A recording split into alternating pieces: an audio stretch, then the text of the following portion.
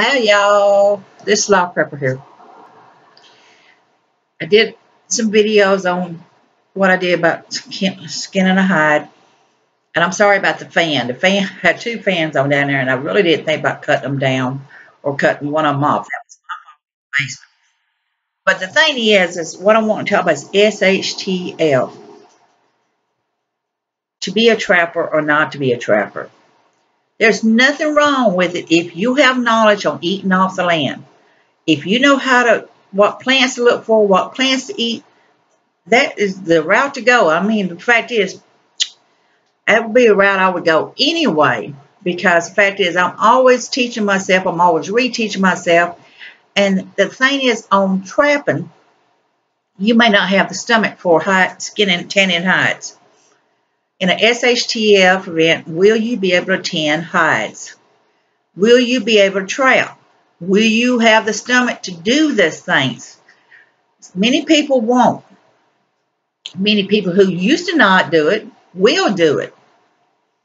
If you are thinking about becoming a trapper in your preps and stuff, if you are thinking about tanning hides and curing them and stuff, if you are thinking about doing this as part of your preps for a shtf event, then you need to start with roadkill.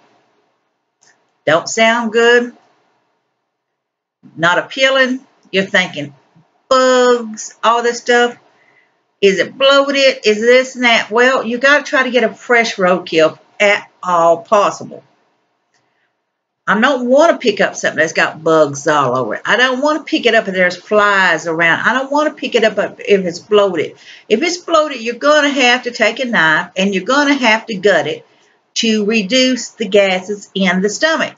If you do not have the stomach for this, this is not something you want to learn to be part of your preps. Just how it is.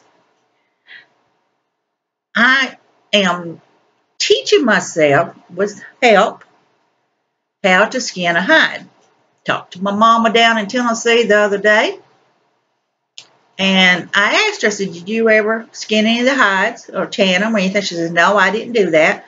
She said, I didn't skin none of them. Says, your daddy did that. Well, that was the general practice in Tennessee. Most men was the ones that skinned the animals and stuff. And then some of the women did do the curing and did do the tanning of the hides. It wasn't always the woman that done it. A lot of times it was the men that did it themselves because they scratched the hides from market and stuff. They did most of it themselves. So, as a female, I'm doing something that's not really typical for most women to do. As a general rule, even in the Indian cultures, even in the cultures around the world, the man came home, he did the hunting, he came home, he cleaned the meat in many cases, not always, but some of them did clean the meat off, the hide off, and then the women turn around and prepare the drying process, prepare the curing process and stuff. Now, that's not always the case. Many of the women did everything to it. The men turn around and just brought the meat home, and after that, it was a woman's job. So, it is really a lost form for most people. We have become, as a society, very used to being able to go to the store, being able to do things. But in an shtf event, you cannot go to the store. What are you going to do? And right now, clothes is everywhere. You got tons of clothes all over the place. But in an shtf event, clothes are going to rot after a while. Clothes is going to go bad after a while. Animals are going to lay in them and tear them apart.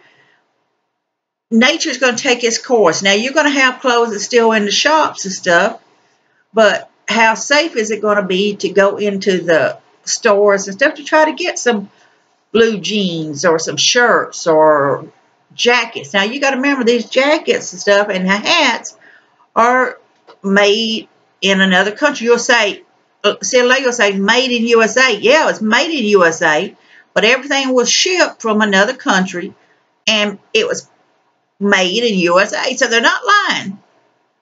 Doesn't say all the material was bought in USA. Doesn't say it's all came from USA vendors or companies. It says made in USA. Another thing, the area you live in has a lot to do with what kind of clothes that is out there. In an shtf event, survival will become number one. You may most likely have an option of you may have to relocate. The weather climate could change, so you're going to need to survive somehow, some way. I don't believe in hunting for animals without food unless I use the meat for something. Whether I use it to feed my animals with it, whether I use it for myself to eat, whether I use the bone parts, the antler parts and stuff to make knife handles or spoons or whatever. I believe in using parts of the animal if at all possible. Now in a roadkill deal, if you want to learn how, and it's roadkill, many of the animals are crushed up. You're going to get the smell. You're going to get the guts hanging out. You're going to see the blood. The raccoon that I tore apart, head was crushed. You've seen some of the blood marks on it where it was hit. It was a beautiful raccoon. I did not kill it. The hide would have went to waste. The insects would have started devouring it. It would have went to waste. So I used it as a practice thing. So I did not go and kill the raccoon. I was raised up on raccoon meat. I was raised up on groundhog meat. I was raised up on possum. I was raised up on all these different types of wild game meat. So me eating it is fine with me. I have no problems consuming it. But in an shtf event, will you be able to tan your own hides and make hats out of them, make jackets out of them? If you cannot stomach it by just doing a roadkill, then you better learn how to eat your plants. You better learn how and go to the library and get the books or buy the books. You better sign up for the classes to learn how to harvest your food and how to properly cook it, what you can eat raw, what you need to cook. You need to learn how to do these things. That goes without question. You need to learn that no matter what. But if you're thinking of learning how to tan hides, you're thinking of the other way, you better try and find out if you can do it first. If you can't do it, you better go the other way. I am a strong believer in harvesting your own plants. I'm a strong believer in growing your plants. I'm a strong believer in making your own teas and stuff. I live in town. I still eat a lot of things I shouldn't eat, but I have no problem getting off grid, and I won't off grid. It's just raising the money to do it. And I want to get back to nature with what I grew up with as a child. I loved it then. I loved it in my adult years, but just like anybody else, my course of life had taken a turn, and I went down other avenues because I had to survive and make a living. And now I'm back to wanting to do.